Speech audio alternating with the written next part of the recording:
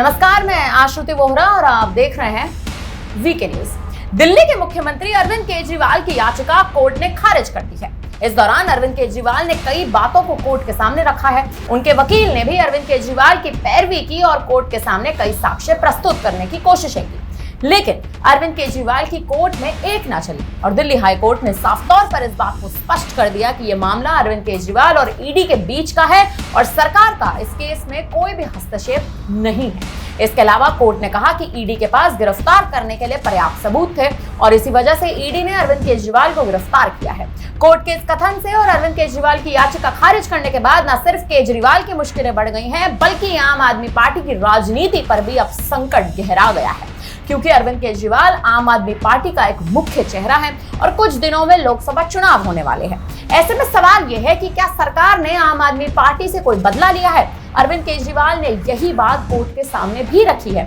लेकिन कोर्ट ने साफ तौर पर इस पर इनकार कर दिया और कड़ी टिप्पणी भी की।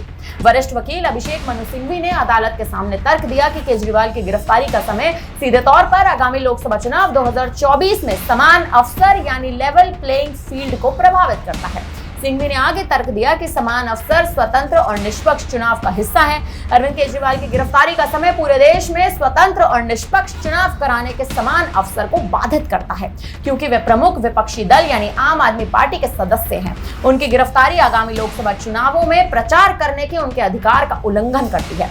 इसके अलावा गिरफ्तारी का समय यह सुनिश्चित करता है कि केजरीवाल लोकतांत्रिक गतिविधियों में भाग नहीं ले सकते हैं।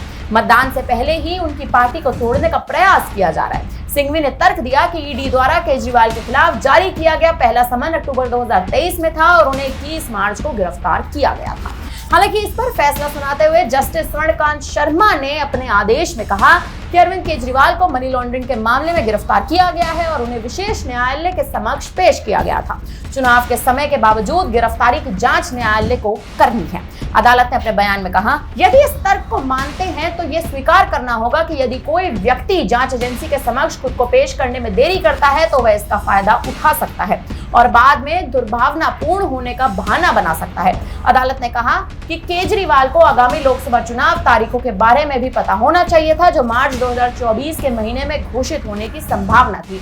इसका जिक्र आप नेता ने समन के अपने जवाबों में भी किया है। केजरीवाल को यह भी पता होगा कि लोकसभा चुनाव घोषित होने के बाद वे पहले से कहीं ज्यादा व्यस्त हो जाएंगे और जांच में शामिल नहीं हो पाएंगे। इसके बावजूद उन्होंने ना तो पीएमएलए की धारा 50 के तहत जारी समन को चुनौती दी और ना ही अक्टूबर 2023 से जांच में शामिल हुए। अदालत ने स्पष्ट रूप से कहा कि पता होगा कि जांच में शामिल न होने के क्या परिणाम हो सकते हैं और यह कहां तक पहुंच सकता है। न्यायालय ने कहा कि केजरीवाल ने गिरफ्तारी के समय यानी 2024 के आम चुनावों की शुरुआत से ठीक पहले अपनी गिरफ्तारी को भी चुनौती दी है। इसीलिए सबसे पहले इस मामले में जांच के दौरान अरविंद केजरीवाल के आचरण पर ध्यान देना महत्वपूर्ण होगा। अदालत का कहना है कि केजरीवाल को आम चुनावों की घोषणा के बाद या आदर्श आचार संहिता लागू होने के बाद पहली बार नहीं बुलाया गया था, बल्कि पहला समन उन्हें अक्टूबर 2023 में भेजा गया था। अरविंद केजरीवाल खुद ही थे जिन्होंने जांच में शामिल नहीं होने का फैसला किया था, लेकिन उन्होंने सभी समन का जवाब भेजा था। न्यायालय ने इसे जांच एजेंसी के साथ आप नेता का असहयोग बताया और कहा कि जो इस तथ्य से स्पष्ट है कि वे 9 समन दिए जाने के बावजूद जांच में शामिल होने में विफल रहे, यानी जाहिर है कि कोर्ट ने इस मामले में केजरीवाल को ईडी द्वारा भेजा गया पहला समन याद दिलाया और फिर कोर्ट ने इसमें केंद्र सरकार के हस्तक्षेप वाले आरोप को नकारते हुए एक तरह से केजरीवाल को लेट लतीफ करार दिया।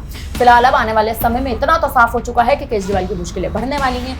अब देखना यह है कि इस मुसीबत से केजरीवाल आखिर कैसे बाहर आएंगे और आने वाले चुनाव में अब वो किस तरह से आने वाले चुनाव में प्रस्तुत होंगे, ये एक सबसे बड़ा सवाल है। फिलहाल अब इस खबर पर आप क्या कहेंगे, हमें कमेंट करके जरूर बताएं।